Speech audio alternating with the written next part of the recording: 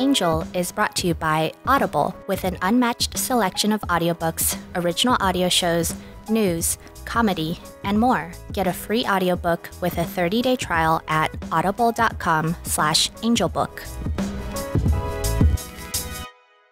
Hey everybody, welcome to another episode of Angel, the podcast that goes along with this book.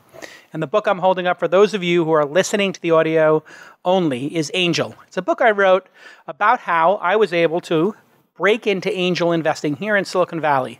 And I've invested in over 150 companies. In those first 125, I hit 6 unicorns. What's a unicorn? That's a company worth over $1 billion.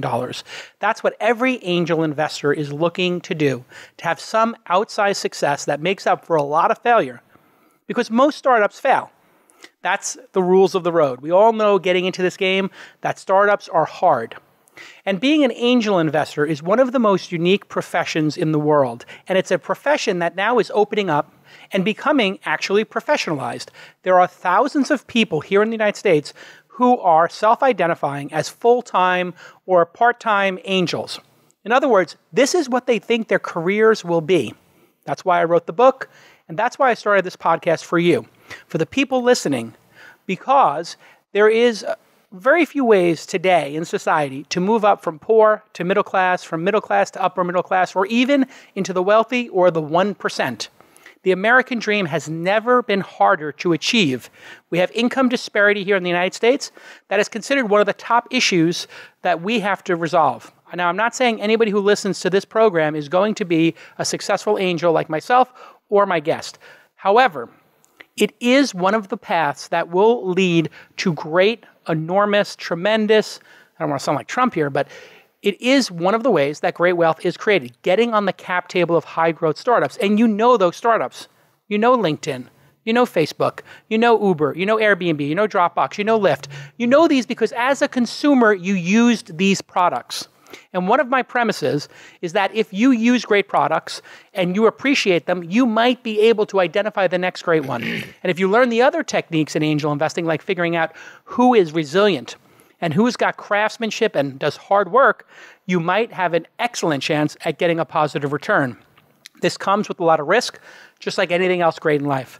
But I am so glad to have our next guest on the program because he started his angel career at the same time I did, has had equal or greater success than I have, and is an outsider's outsider, even more of an outsider than me, the kid from Brooklyn who made it good, who made everybody proud in Bay Ridge, Brooklyn, with a 71-year, 3-year average in high school, who they told would not be anything more than a police officer or a fireman. Not that there's anything wrong with those professions. God bless those people for running into burning buildings and having a target on their backs. But the truth is, the expectation was low of me, and the expectation of my guest was even lower. Pejman Nozad is on the program finally. Welcome. Sorry for my rant in the beginning. I was inspired that you're here. No, thank you, Jason, very much. I'm truly honored and humbled to be here. And, I love your space. And, I have to tell you have a pretty amazing team. As soon as I walked in, they just welcomed me like home. So thank you again. I appreciate it. One of my key beliefs in life is you can judge yourself, or you can judge a person by the people around them. And I know your team also, since we're going to be doing high fives and all around. Yes. Mar on your team is fantastic. Yeah. She has been a speaker at our events and is always in the top 5%, not top 10 or 20, top 5%.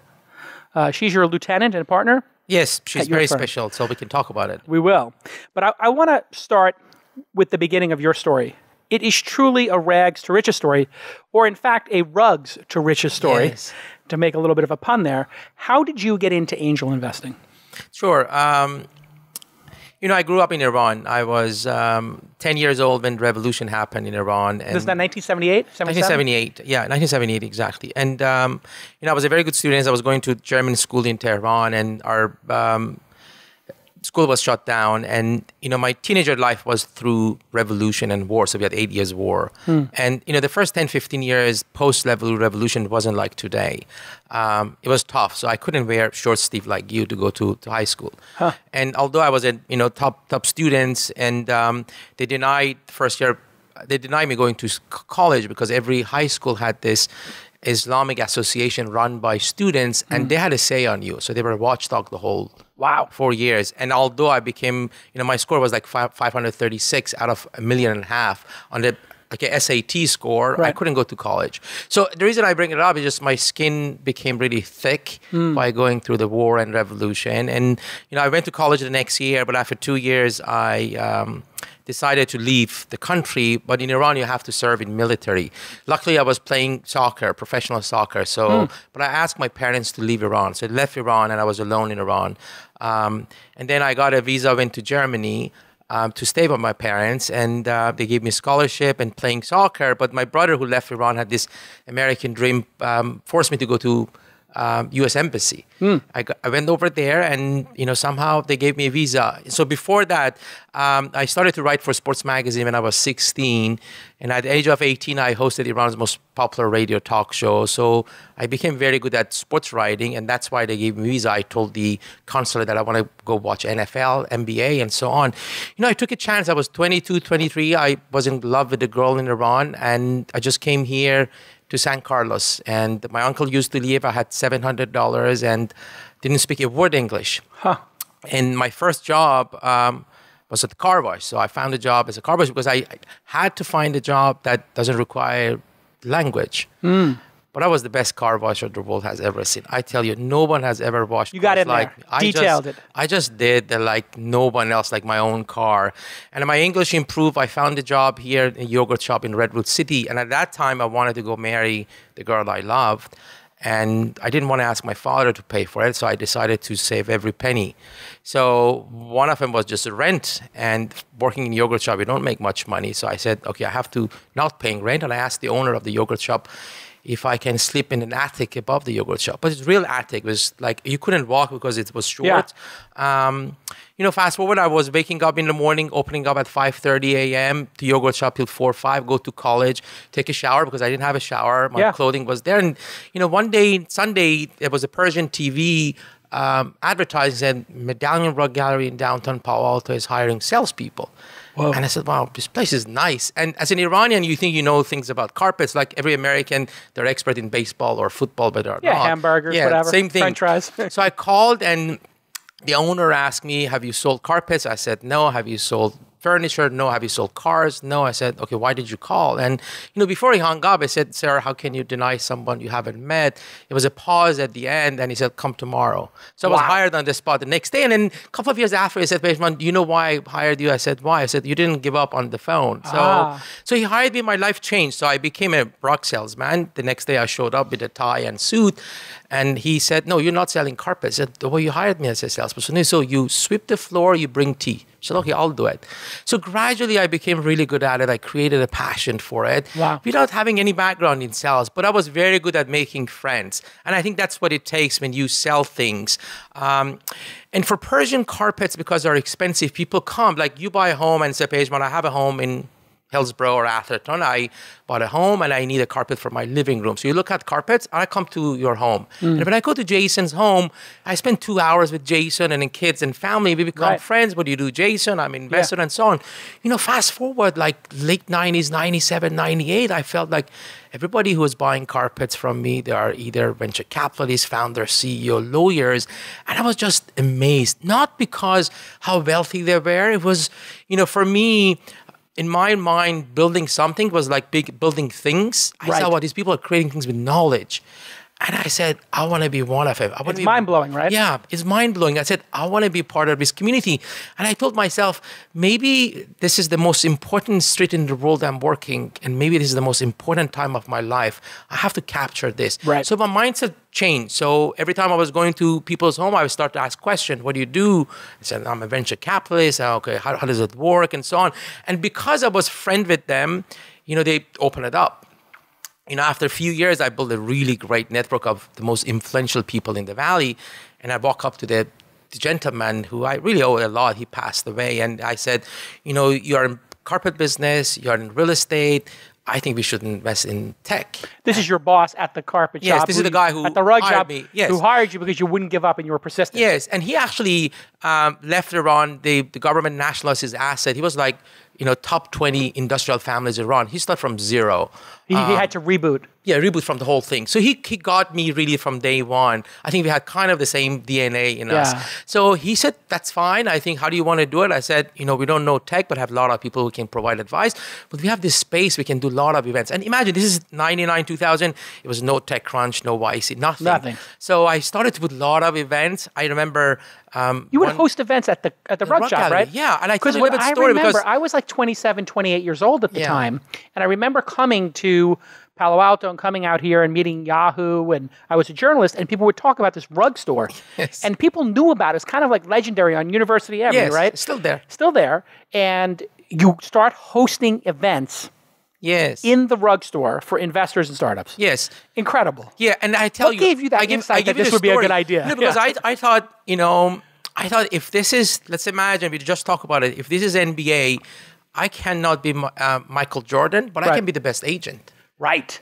So I want to be that agent to connect people together. Yes. And I think have an amazing asset, which are the network I built over there. He said, okay, we'll start with $2 million.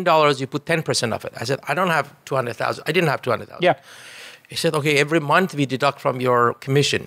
So he made me work hard. I started to sell twice.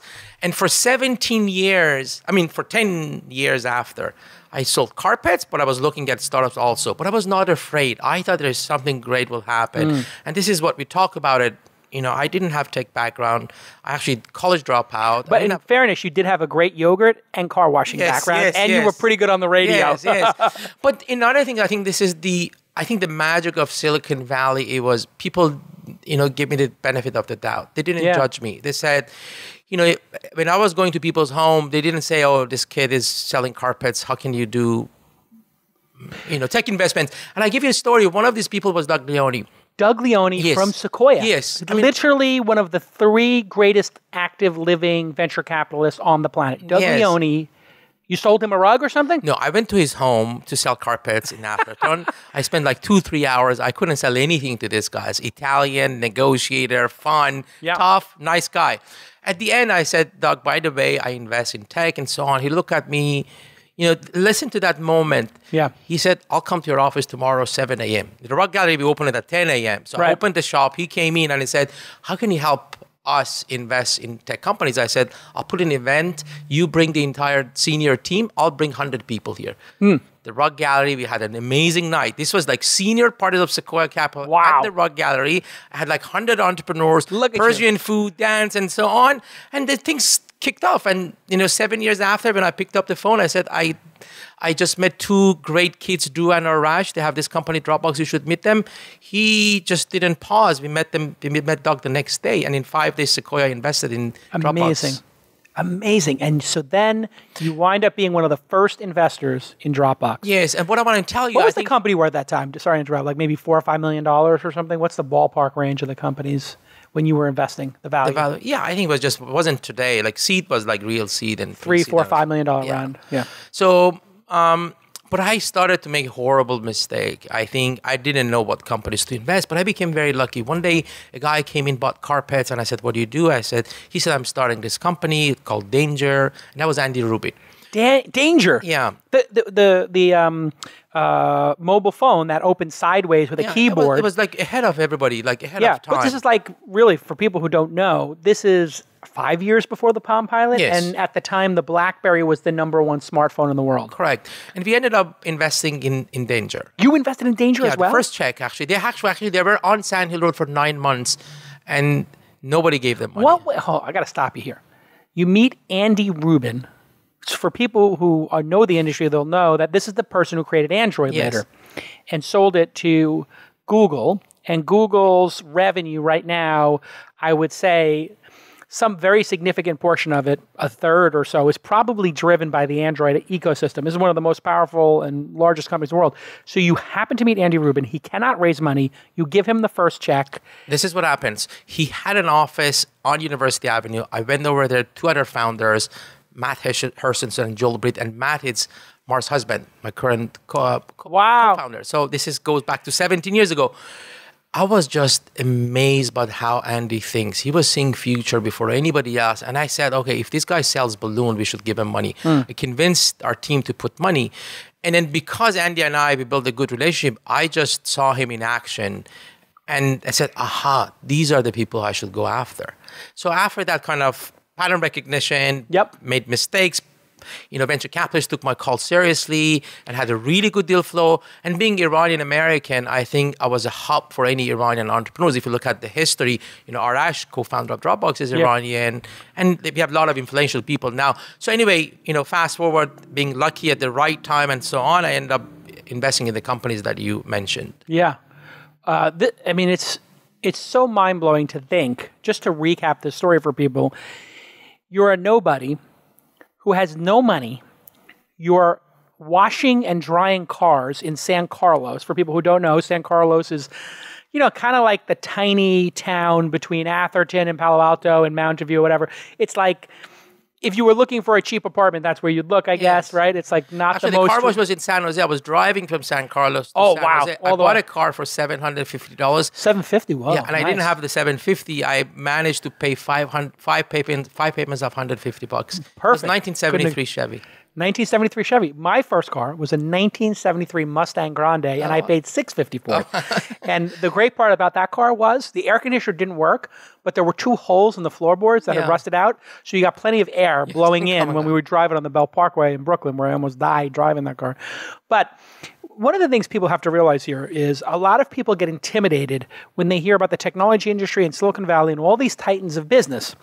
And I think what's important for people who are listening to realize, and then just also in their lives, is that these are just human beings. They're normal people. And our industry, as much of a black eye as it's gotten in the last year with some of the issues that, we certainly need to rectify, right, around diversity. For every bad story I hear 100 stories like yours where people were helped without an expectation of return. The goodwill in Silicon Valley and the opportunity to break in, I believe, is greater than most other industries, greater than Hollywood, greater than, finance, greater than media. It is a very open community. Do you agree? I completely agree. And this didn't happen overnight. When Hewlett-Packard started from Stanford, this is the culture. People think Silicon Valley is about the capital, but it's not. It's the culture being created.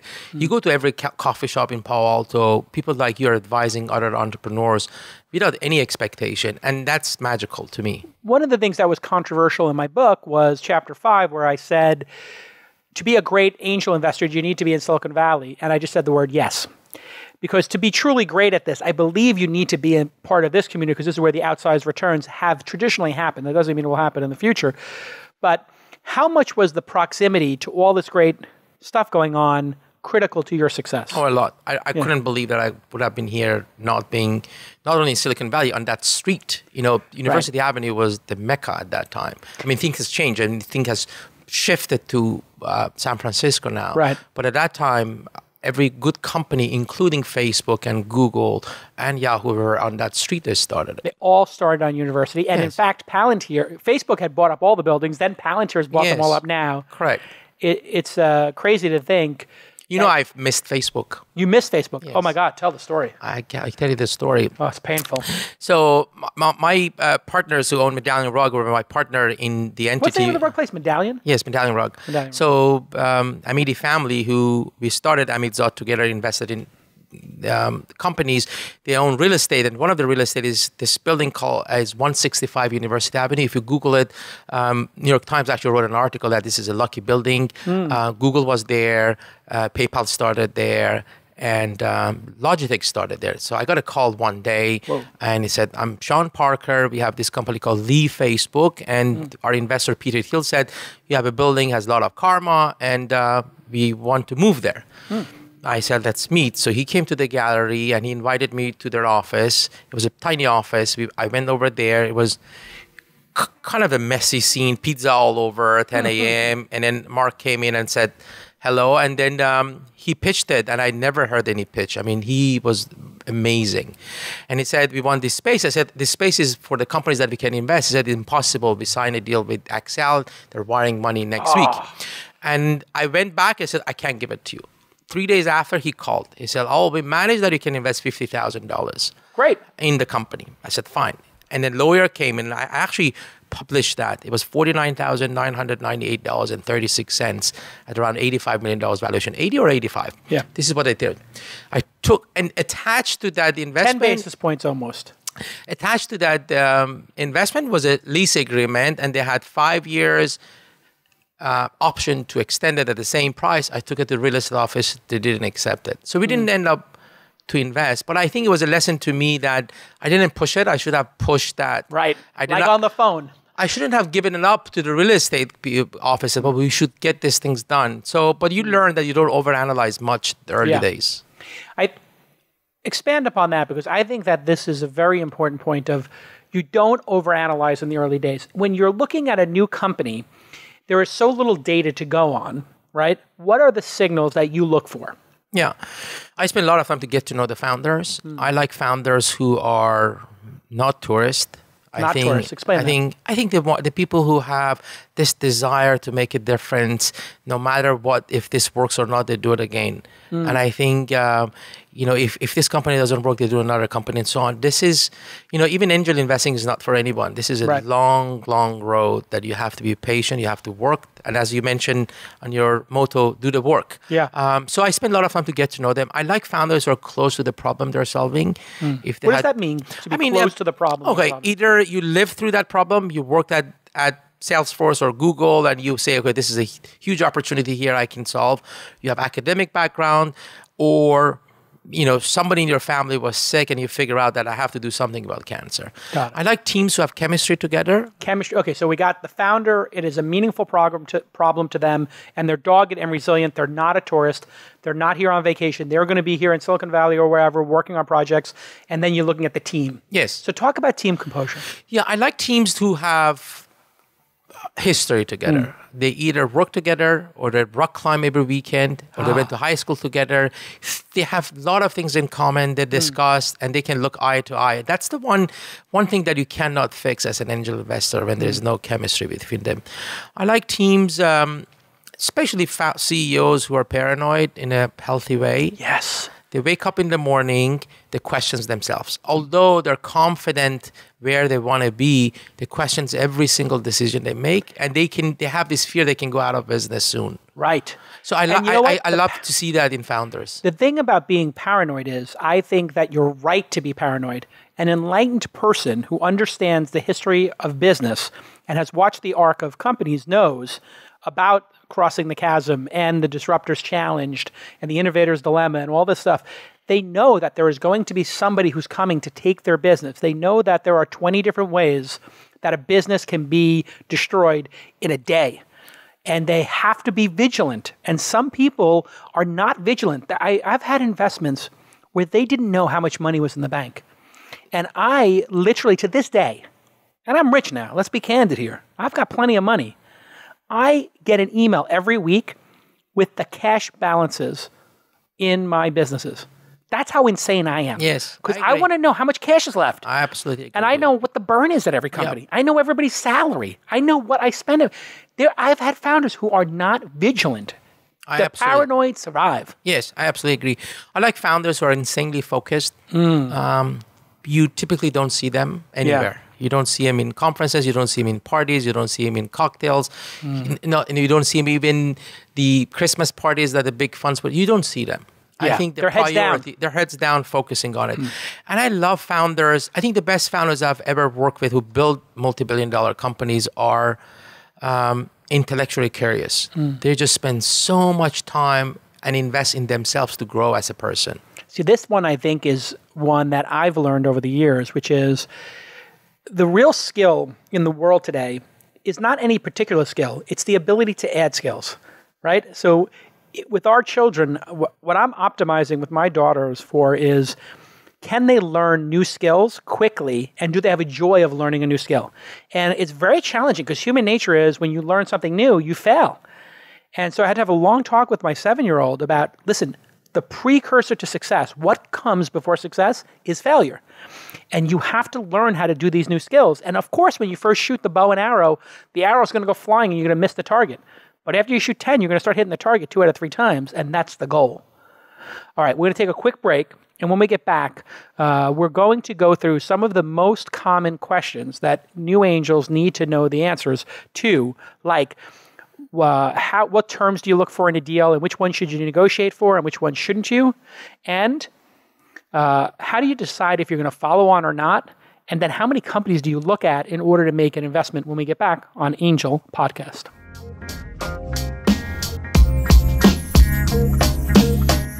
Hey, everybody, let me tell you about my favorite app on my smartphone. No, it's not Waze. I do love Waze. It's not Uber. I do love Uber. But my favorite app right now is Audible. Why? Because every day when I wake up and I'm doing that morning commute, driving from the peninsula up to San Francisco or driving from my home all the way down to Sand Hill Road, I listen to something on Audible to get myself motivated, to get myself smarter, and to just expand my consciousness. Audible is my meditation. I love to listen to audiobooks. Sometimes if they talk too slow, I put it at 1.5 and I can get through a book quicker. Other times they talk fast like I do, and I just leave it at 1x. They have a beautiful sleep timer, which I've talked about before on the program, where I put my AirPods in, boop, and I get to listen for the last 15 minutes before I drift off into my sleepy sleepies. But there are tons of features for this product. If you haven't used Audible in a while, get back into the app. The app is so amazing. The feature set that they've added, including sharing a book with somebody and taking notes and bookmarking specific moments where you can then go reference it again, the speed control I talked about, and channels are amazing. This is something most people don't know about, but they have exclusive content, original short stories, comedy, best of news, podcasts, handpicked and continuously refreshed. Channels is a great little feature inside of the app. So remember, when you use Audible, if you don't like a book, you can get it back and exchange it for free. That's right. They have the great listen guarantee. If you don't like a book, you can exchange it, no questions asked. And I got to tell you, I got 2 or 3 clunkers that I'm going to take the time to do this with and get those credits back.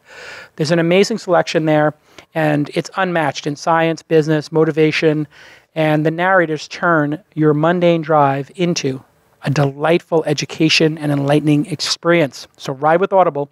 I'm going to give you my pick right now. This is the book I'm listening to right now. It's Nassim Taleb's Anti-Fragile. And this book is about things that gain from disorder. So it's not about being resilient.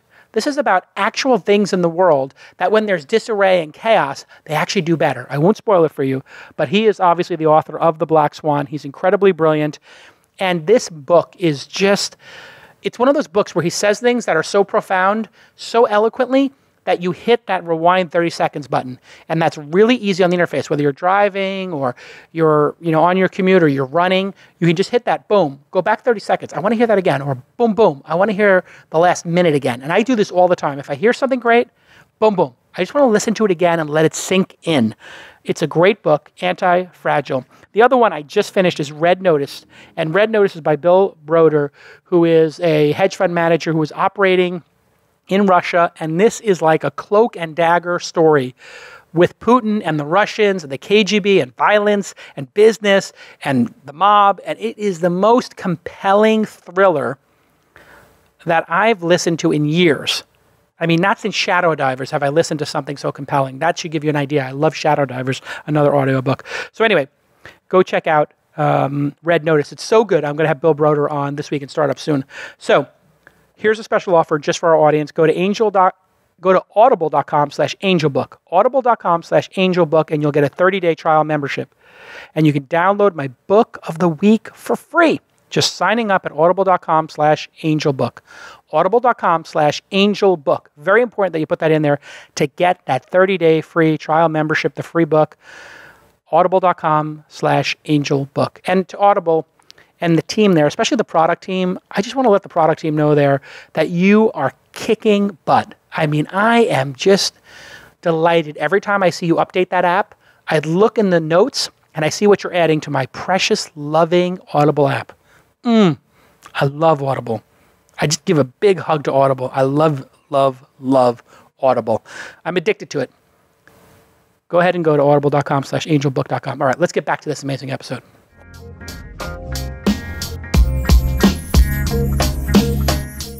Hey Hey, everybody, welcome back to Angel, my new podcast. I'm Jason Calacanis, angel investor and host of This Week in Startups. You can follow me on Twitter. I'm Jason on Twitter, Jason. And if you interact with me on Twitter, if you like and retweet what I say, I will reply to you and follow you back. That's the secret of Twitter. Follow somebody, like and retweet them, and they may do that back. And then I'm also on Instagram, also Instagram.com/Jason. And you can find me on the Facebook as well. And if you have a great company out there that is in my Goldilocks zone, which means they've got their product built and a couple of customers, but they don't have their Series A yet, email me an introduction, jason@calacanis.com, my first name and my last name. I am always available to meet with great founders who are building awesome products. Okay, enough of the plugs. My guest today is Pejman Nozad, and he is one of the top 3 angel investors currently investing in Silicon Valley. His firm is Pear.vc, Pear.vc. Why Pear? I never asked you when that. we started the fund, I love pears, by the way, my favorite fruit. Thank you. My partner, Mar Hershenson, said, Pejman, everybody knows you, so why don't we put your first name and my first name? So it was Pejman Mar. But we never wanted to have our name at the door. And we want to build a institution that lasts for a generation, bring partners on board. And excellent. I never want people to work for me. I want them to work with me. Right. And when we searched for the name, and I always thought ideas, founders are like fruit. They need water, they need soil, they need farmers. And I thought pomegranate is the right name because there's a lot of seed in it and seed companies. Great, yeah. But it was overused, hard to spell. And in this firm, I asked them to bring a name that it's fruit. And when Pear came up, I said, well, this is the name because we are pairing with entrepreneurs. Yeah. And the PE is Pejman, the AR is Mar. If you, I love it. Look deep. Anyway. Yeah, and what's great about it is it literally is my favorite fruit. So. Oh, is that right? Good. I have a pear tree in my backyard, and literally for the last 3 months, when I'm working in my home office, I hear these thuds, and it's sometimes the wind will kick up in Hillsborough, and a pear will go flying into the window. Yeah. And then I have these crows who come and eat all my pears. So this is my life now. I'm like an old man with my pear tree. Yes. All right. So we're going to go through some rapid fire questions here. These are blocking and tackling, for people who are new and aspiring angel investors to understand what your best practices are at Pear.vc. And so how do you decide if you've invested? I get this question a lot. I've invested in a startup. It's now 12 months later. They want more money. How do I decide if I give them more money or I stand pat, I go pro rata, I go super pro rata? How do you make that decision? As a firm now under Pear, we looked at every company. Our pro rata investments or follow-on is as a new investment. So we look at it as a new investment. We look at the progress the company has made, the type of a team they attracted, the type of the investors. If there is in revenue, we look at it, and the possibility of if we invest today, what would be the upside from that, and then make that decision. Last year we had like 11 or 12 follow-on. We didn't do in 3 of them, so we didn't feel that the company made enough progress or investors. So you did 3 out of 4 though? No, we did 1 out of 4. 8 out of 11. Oh, 8 out of 11. 3 we didn't do it. 3 didn't, right? Yeah. And when you're an angel investor, it's maybe harder because you might not have the data. You need to make a decision. If you're not major investor, you don't have information rights. It's hard. Explain sometimes what information rights are so people understand. So information rights is actually the right you have to get information from the company, as an investor, revenue projection, team dynamics, and anytime you reach out, they can show you the financials or other important business matters inside the company. Got it. And for us as an investor, it's very important to have. Yeah. And as an angel investor, you don't have maybe enough capital to follow on, but that's a great thing about have syndicates and so on. So if you're good, you can have a syndicate. Yeah, I insist on information rights now. And not only do I insist on that, I have it contractually in all of our documents. I also insist on a monthly update, which I talk about in chapter 27 of the book, which is just super important because if the founder has the discipline to email the core metrics to the investors, they're much more likely to invest in the future because they feel like they've been kept up to date. Yeah. The worst thing a founder can do is contact their investors after total silence for 6 or 12 months and then ask for more money. I absolutely agree. And I know you have this discipline that you ask your founders to send the monthly update. And it for us is the way, we meet our founders regularly, but I think that's one of the best discipline CEOs have to inform their founders. Because if you have good investors, you're very transparent with them and you talk to them when things are good or bad and ask for help. Yeah, that's critical for founders who are watching the show. And the majority of people watching the show are actually founders for Angel. Paradoxically, I think they want to figure out how angels think. It's just a great sign of discipline that you can explain to your investors. And I tell people it shouldn't take more than half an hour to write because you should have this data at your fingertips. Keep it short. It should be less than 5-minute read, 500 words or less, and 1 or 2 charts and just the key metrics. And ask for help. And ask for I think help. you'll be surprised at how much investors are willing if you specifically ask, I'm looking for this contact at this company. Right. Yeah, it is amazing that people ask for help when they're literally 10 feet underwater for a minute. And you're like, I can't reach you in time. You're going to drown. It's over. You're waving to me and you're halfway down the river. If I jump in the river, I'm going to drown with you. Yeah. I always tell people, if you're going to be drowning and you get a sense that you are going under and you're in over your head, wave your hands and ask for help. Don't try to be a hero and swim back to shore when you know you can't. When you're caught in that riptide, you got to raise your hand and say, send a lifeguard. Another issue I think founders have, which I give them right, is when you have too many investors and they have invest in small checks, then you can't give everybody information rights. It's very hard to manage that. Because if you have like 30 people leak and so on, discipline in the background. Yeah. So you give to people, I know there's a challenge for founders to give everybody information rights. And there's some information that you don't have to give people. You don't have to tell them, hey, listen, in an email, these are the 3 things that we're absolutely working for us in terms of growth tactics, and these 4 aren't, or this employee has crushed it for us. You don't have to broadcast that. Yes. Your secret weapons. One of this monthly news update, we get from our founders, he's so transparent. As soon as you open it, it says situation red or yellow or green. Seriously. And he said, we're in deep trouble for this. We lost our engineers. Can you help? Wow. It's pretty amazing. And then we have helped that founder so much. Yeah, it's like DEFCON 1, 2, 3, or 4. It's like we are going to nuclear war now. All right. How many companies do you meet with before investing in one? In other words, what's your ratio of we looked in-person meetings? We met 2,000 companies last year. 2,000? Yeah, we invested around 10. Wow. Yeah. Wow. And then particularly we have to say a lot of no, but because we're doing kind of the ground zero investments, pre-seed majority of it, we need to get to know them. So we take a lot of meetings. We have to find a way to do less meetings, but last year we did over 2,000 meetings.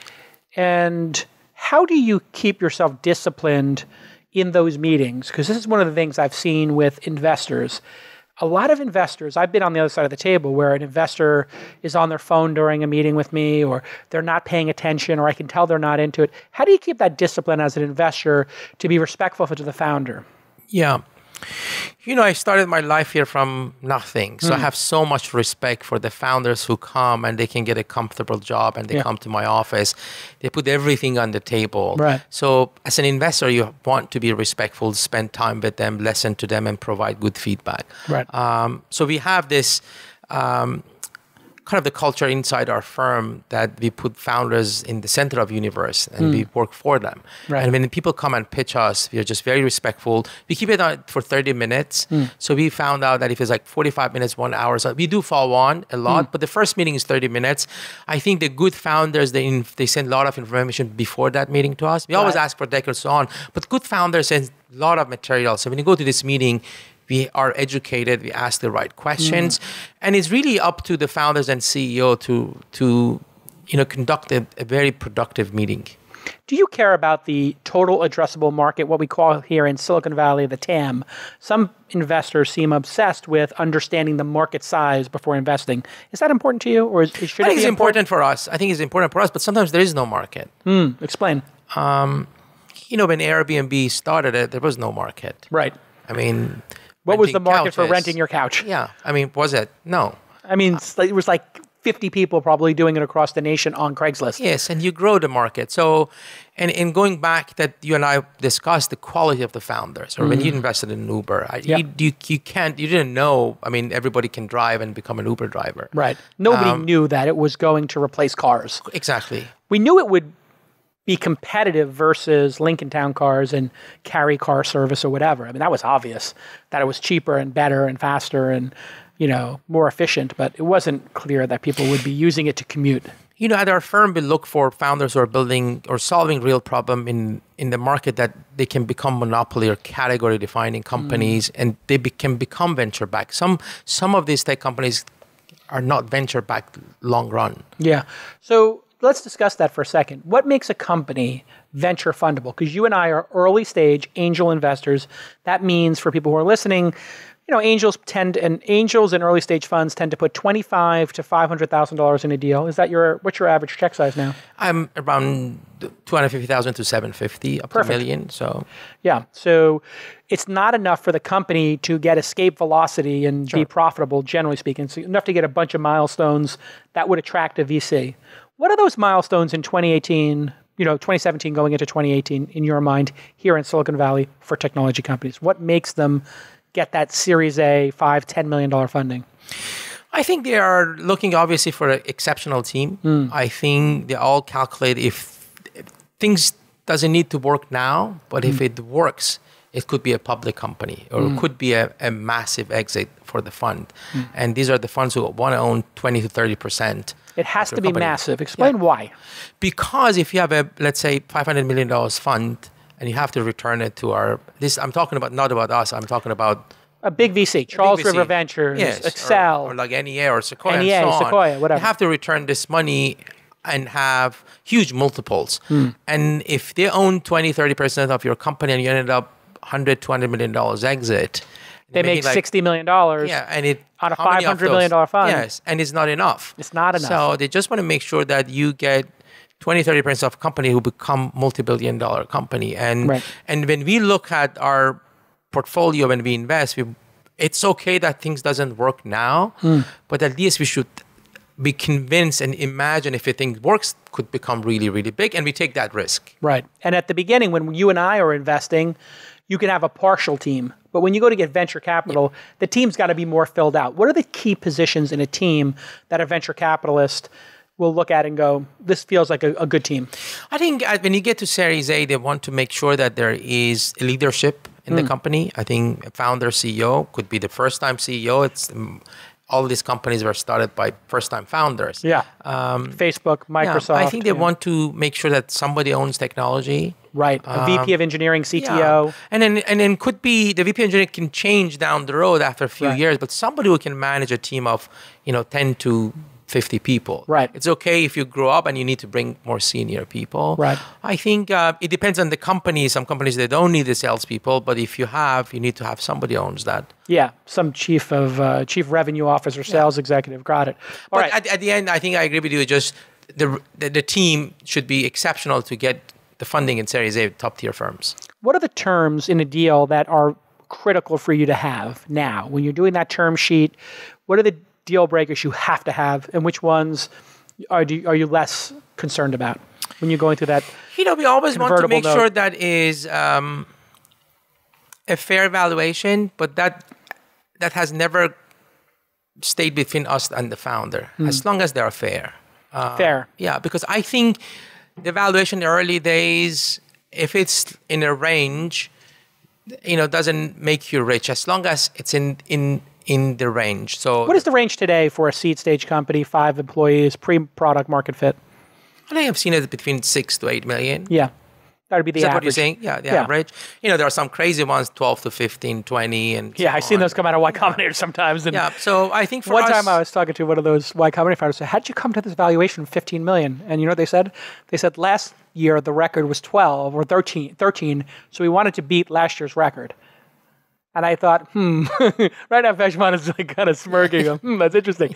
And I was like, here's the thing. If you set the benchmark at 15 million, I need 100x for me to make the investment. In my mind, I always go through a little discipline where I say, how can this grow 100x? Because if it grows 100x and I experience some dilution, maybe I'm 50x, 75x. If I go pro rata, maybe I'm still 100x. But at 15 million, you got to get to 2 billion or 1.5 billion for me to be 100x. That's hard. But if you're 4 million, okay, 100x is 400 million. Okay, that's not as hard. And the other one we look at, it's obviously as a VC firm, we look for pro rata rights, information rights, and so on.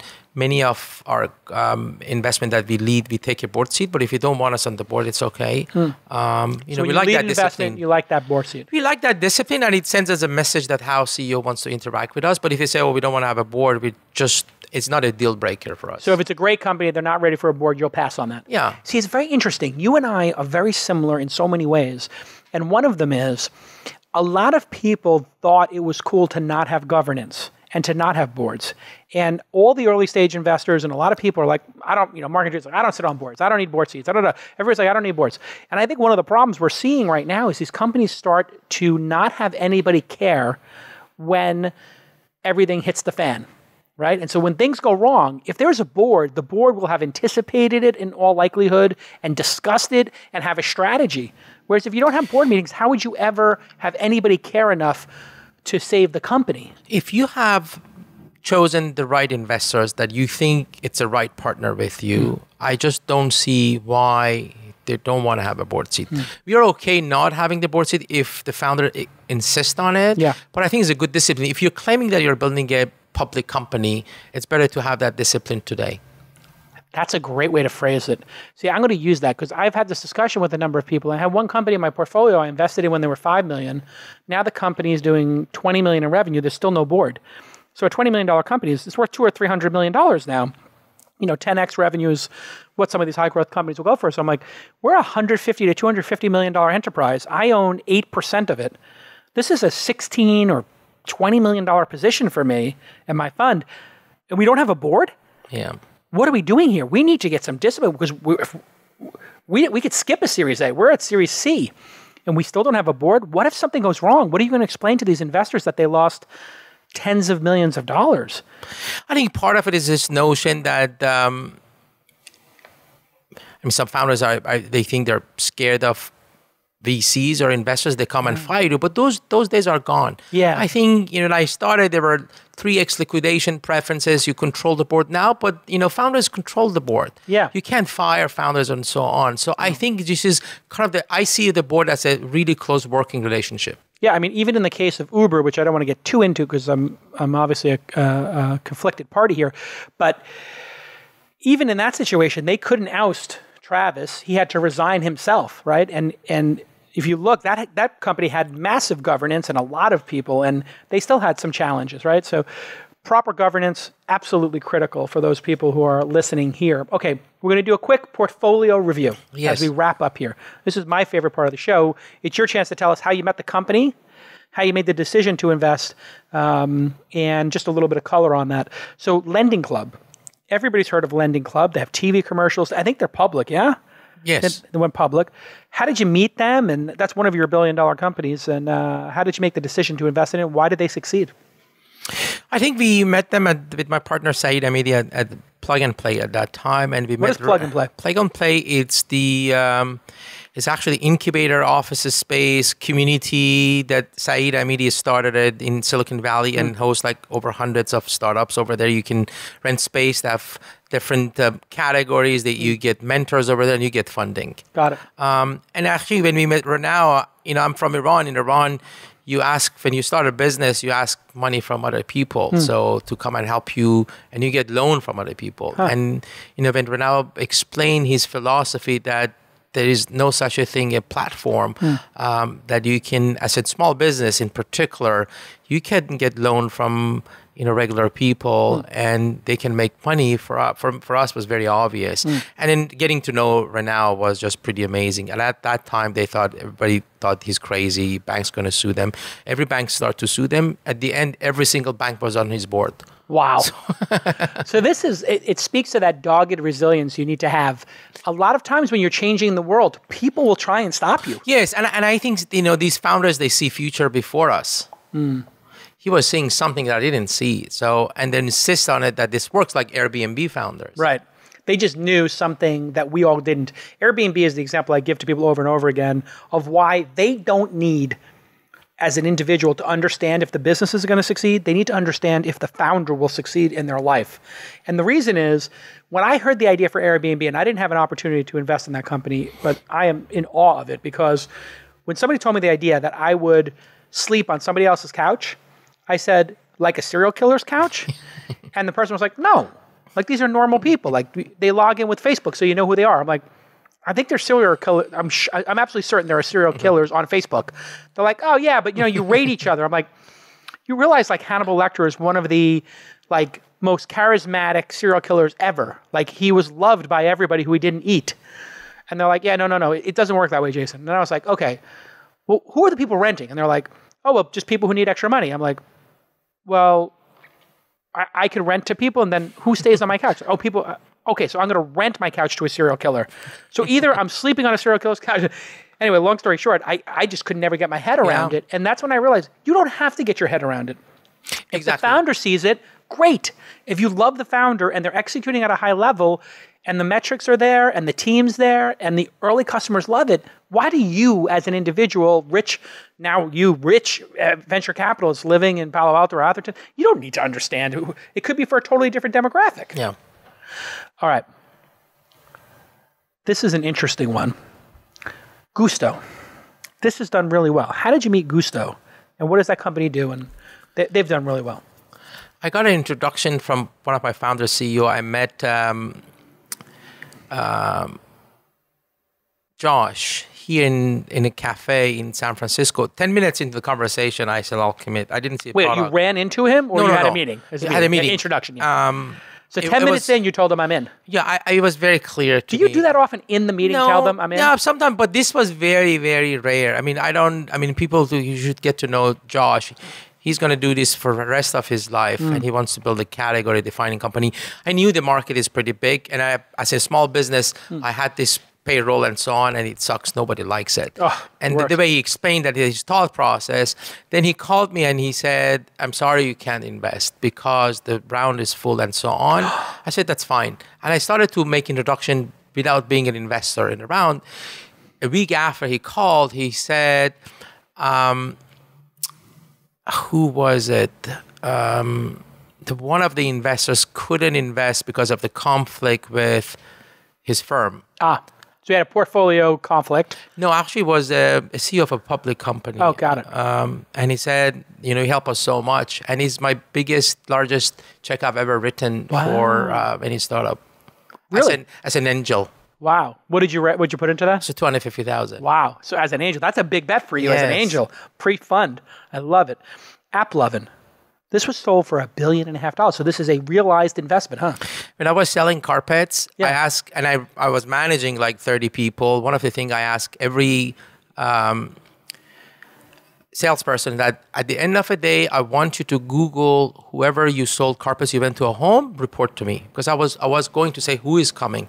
And one of these days, my brother was working there. So this Iranian kid is very smart and so on. His name is Arash Foroughi, Adam Foroughi. You should meet him. I became a good friend with Adam, and the next time he started AppLovin, I was an investor in his company. Amazing.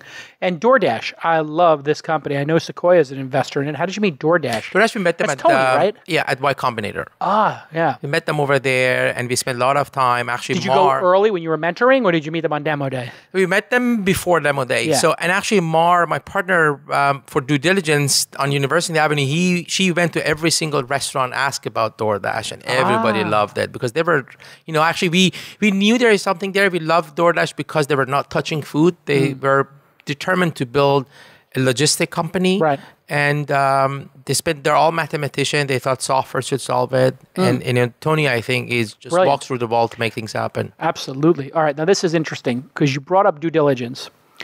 And you had Mar, your partner. She went to the actual customers and asked them, hey, what do you think?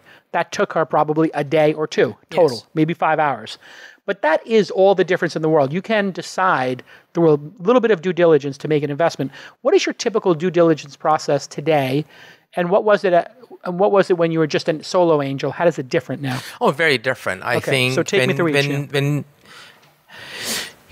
you're an angel investor and you have developed this pattern recognition and you've seen founders, you meet them and you look at the size of the market, you talk to the rest of the team and you form an opinion. When you're a venture fund, you have to go much deeper. I think we look at that, we talk to the customers. If there's customers, sometimes there's no customer. At the time, DoorDash had customers, but we have some companies now becoming really big, like Branch or One Concern just raised $20 million. There's no customer. If it's technical due diligence, Mar has PhD in double E from Stanford. She was a professor, so she gets the technical part pretty quickly. And if things that we don't understand, we reach out to our immediate network to get their feedback, their opinion. Sometimes we reach out to real expert in that thing. We want to see if you have missed anything or not. We look at other people to see the world through their eyes. And spend time to get to know the team, reference check at the end. So it's really thorough. Explain what a reference check might be. Reference check is typically founders send three or four of their people who know them, but we manage to go through other people because the references always come really positive. Of course. So you manage to find people you who can have do dark worked before. reference checks. Yeah. Yeah. And then what do they call that when you do a reference check that's not the?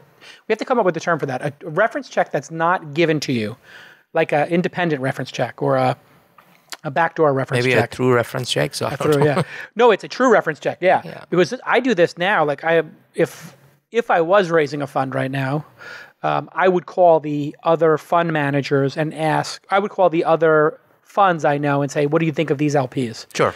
If you're raising money from a venture capitalist, you should call the other founders and ask them, "What do you think of this VC?" Exactly. And if you're investing in a founder, you should ask other founders and other VCs or other customers. Actually, one of the advice we give to the founders who are raising money next round from VCs, we ask them to talk to the founders who their company didn't work and see how the VCs helped them. So if a company failed, that founder is going to have more authentic feedback. In failure, you really get to see a person's character. Correct.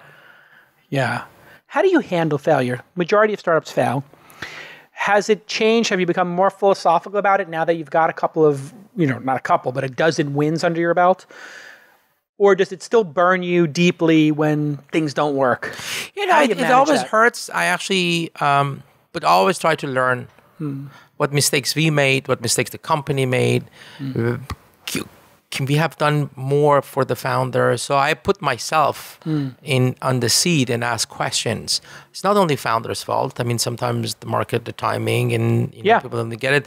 But it hurts. But I've learned as an angel investor, you have to lose in order to make the big wins. Yeah, it's so true. Yeah, and I think you have to go back. I think the discipline that you lose money today, you go back to the next meeting and be as excited as ever. It's not for everyone. I think you have to have this. I have lost money. You go back to the meeting. You think this could be the next Dropbox or Mark Zuckerberg or Travis. So you need to create that discipline, and you have to have a strong character. Yeah, I think that this is something I learned from gambling large amounts of money in poker, because I had one night. I was actually, speaking of Persians, I used to play cards with Persian guys in LA. Is it a big thing in the Persian community in America? Gambling? Iranians are good in math and science and poker. Yeah, so it's it's amazing the number of Persian guys who play poker in LA. There's a big Persian community there too. Yeah. And I lost one night. I think I lost $70,000. I lost 8 hands. And I did the calculation. I was ahead on all 8. I was even on 1 and I was ahead on 7. And when we ran out the all-ins, I went home to my wife. I was like, I was 60, 70, 80% in all these hands. The chances of me losing those 6 hands was like under 1%. And my wife said to me, well, haven't you played more than 500 times? And I was like, oh my God, you're right. This is the 500th scenario. She goes, you should go to that game tomorrow night. I went to that game. I get in the game. I'm down $50,000. So now I'm down $120,000 back-to-back nights.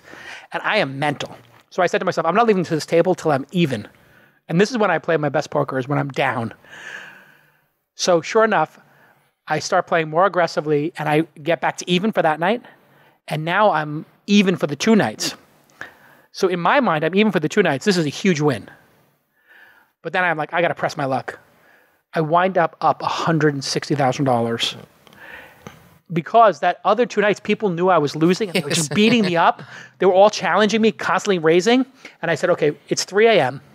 I'm going to play to 5 a.m. I mean, these are crazy games. I said, I'm going to play for the next 2 or 3 hours. And I'm going to play mental.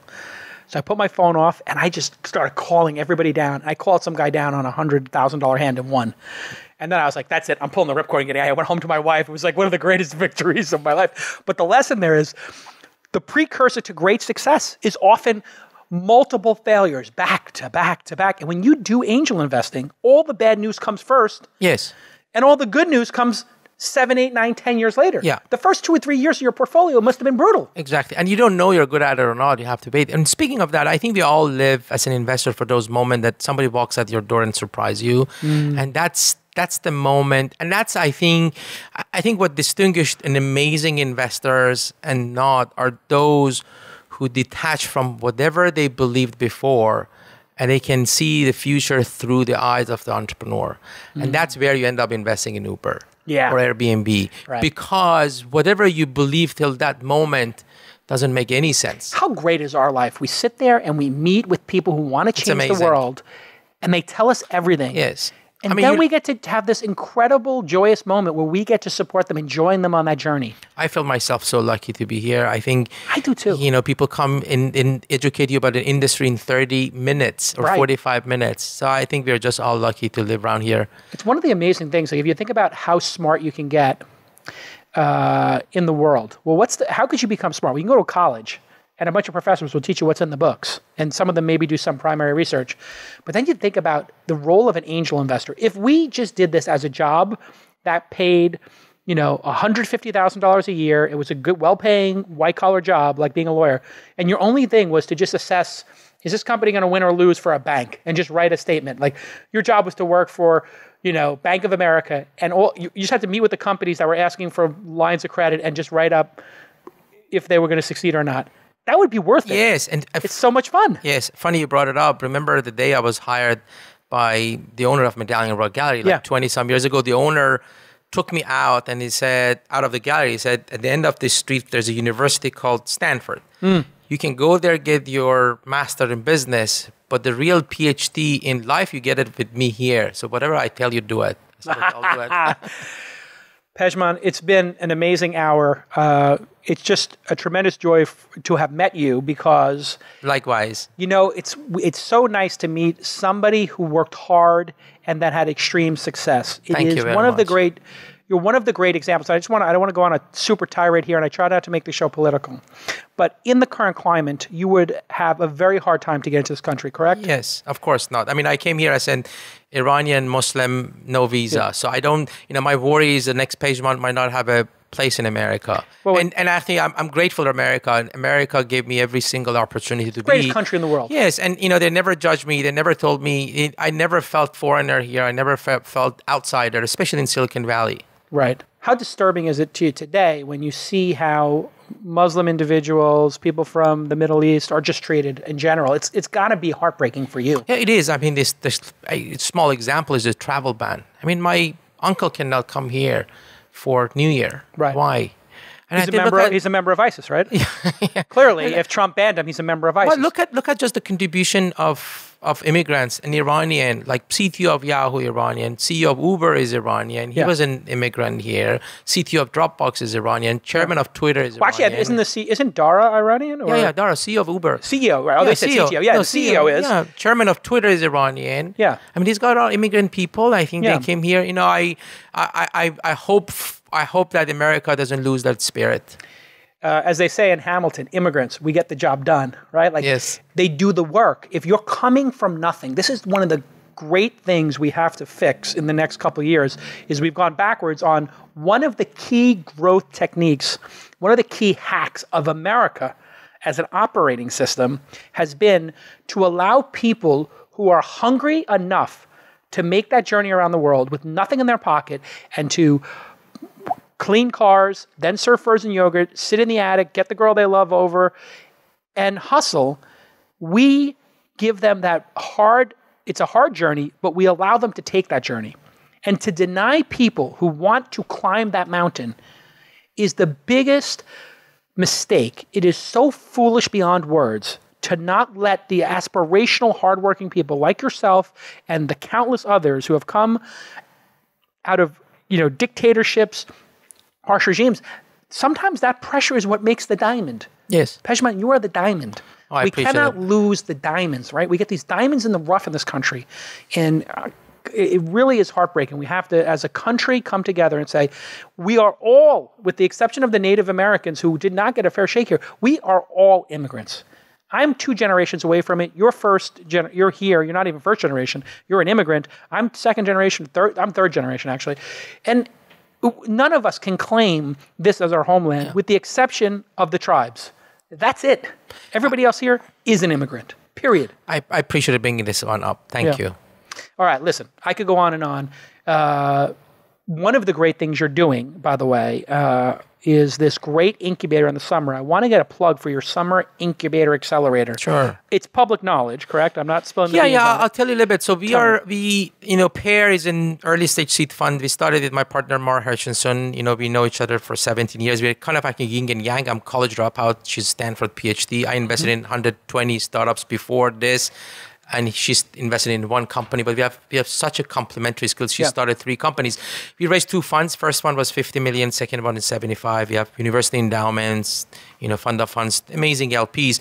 And like any traditional seed fund, we invest in early stage companies, but we started to look at communities that are already filtered and go deep. And the first community we went after was Stanford.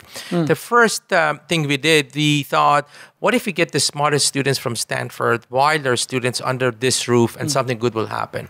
So in 2014, we selected 12 students actually from Stanford, from freshman all the way to postdoctorate. You don't need to have any idea. It's okay you have an idea, but you need to be a builder. You want to be an entrepreneur. While you're at school, we give you mentorship, we give you space, we give you around $50,000 credit of Amazon, Facebook, and so on. We don't invest, but we don't take any equity. And you don't need even to start a company. So this is the 5th year we're doing it. Imagine like there are 100 people out of Stanford. They're either founders or work somewhere. So we build a great community. We build a great brand inside Stanford. And like 9 or 10 companies came out of that without us wanting it. One of them actually, we seeded it, and Joe Lonsdale invested $10 million Series A. This is a company called Affinity. It's actually, I've heard of it. It's kind of... relate IQ on steroid. What happens was some of the member of that garage, they finished school. They said, okay, we finished Stanford. Now we're seriously starting company. Can we hang out at your office this summer? And we said, okay, you can come here. And I said, can you give us $20,000? So casually we started with the Stanford graduate students the first summer of 2014, and we put them in front of investors who came and talked about, they provided feedback, and TechCrunch all of a sudden wrote that, well, this is the best demo day in recent years and so on. So now every year we select 15 companies. We invest in 15 companies up to $40,000 uncapped note. Yeah, so there's literally no downside for them. It's just an uncapped note, whatever they wind up raising money at, it converts out. And for you, it's a small check. Yeah, and actually, but you have to be for 10 weeks at our office. We work with you every week for 1 day. The whole team's over there. We have workshops every week. We have speakers every week. Are they there every day? Every day. Wow. For 10 weeks. Amazing. We have like 40 people. Amazing. And then we put it in front of investors, and we invest in some of the companies, some not. So great. Awesome. All right, listen. Pejman, it's been great to have you on the program. Everybody follow Pejman, Pejman Nozad on the Twitter. And go ahead and visit Pear, Pear.vc, and make sure you follow Pear VC on Twitter, Pear VC, to hear about all the exciting programs and programming they do. And I can tell you, one of our incubator companies, I think from the launch incubator 4 or 5, went Fitbod. They went to your program, and they told me that it was fantastic, and they went, I think, 7x in revenue while in your program for 10 weeks. Yeah, that's an exceptional team, so kudos to you to pick that team. I use the app actually every day. It's great. You and I are going to be in shape. I never, because I played professional soccer, I always was runner or cycling. I was not really used to weight, but now I wake up in the morning for 30 minutes, I have my program, and they use AI and machine learning to just tell you the next exercise. It's pretty amazing. And you tell them at Fitbod, they will tell you what equipment, you tell them what equipment you have, they tell you what you can do. Yeah. So if you go to a hotel and they only have dumbbells, or you have no equipment, they'll say, okay, do push-ups, do this, do sit-ups, do crunches. But if you have, say, access to 5 different, they customize it for you. They customize, So if you have kettlebells, they're like, oh, here are some kettlebell workouts. And for you and I, old guys, right? We're both in our 40s now. I don't know if you hit 50 yet. 49. I'm 47 now in November. Everybody get ready for my birthday. Yes. You and I are going to hit 50 soon. Yeah. We lose, about muscle atrophy? We lose like a pound of muscle from this point forward every year. Wow. That's why guys like us all of a sudden become these frail guys. But what you have to do is, you ever meet these 60-year-old guys who have more muscles than us? They're just lifting weights twice a week. Yeah.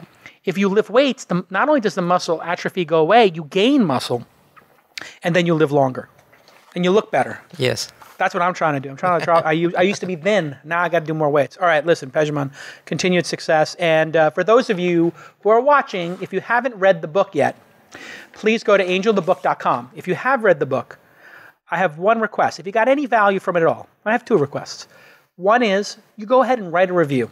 That's it. Just write a review on Audible, on Barnes & Noble, on Amazon, iBooks, wherever you bought it. The second is go ahead and join jasonsyndicate.com.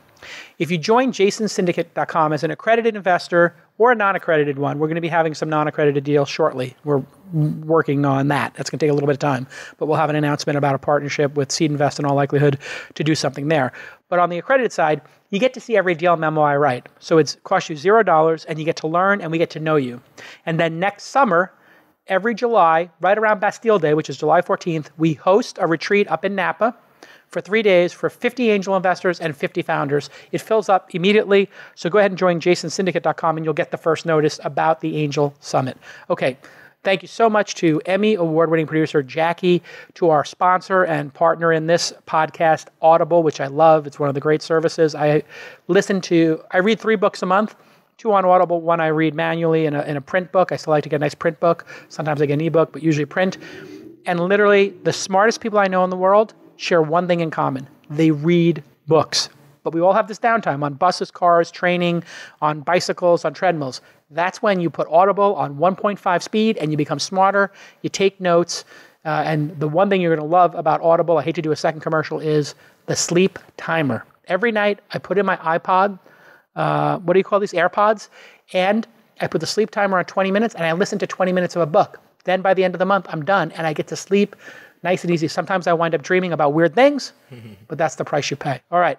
And thank you to Director Jake. Director Jake has been working very hard on the new studio.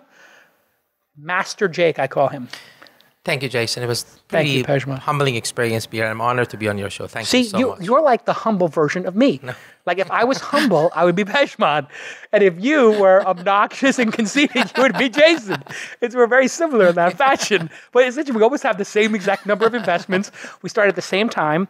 We have similar sized funds that we're working on and similar incubators. So it's been great. And we'll see you all next time on Angel, the podcast.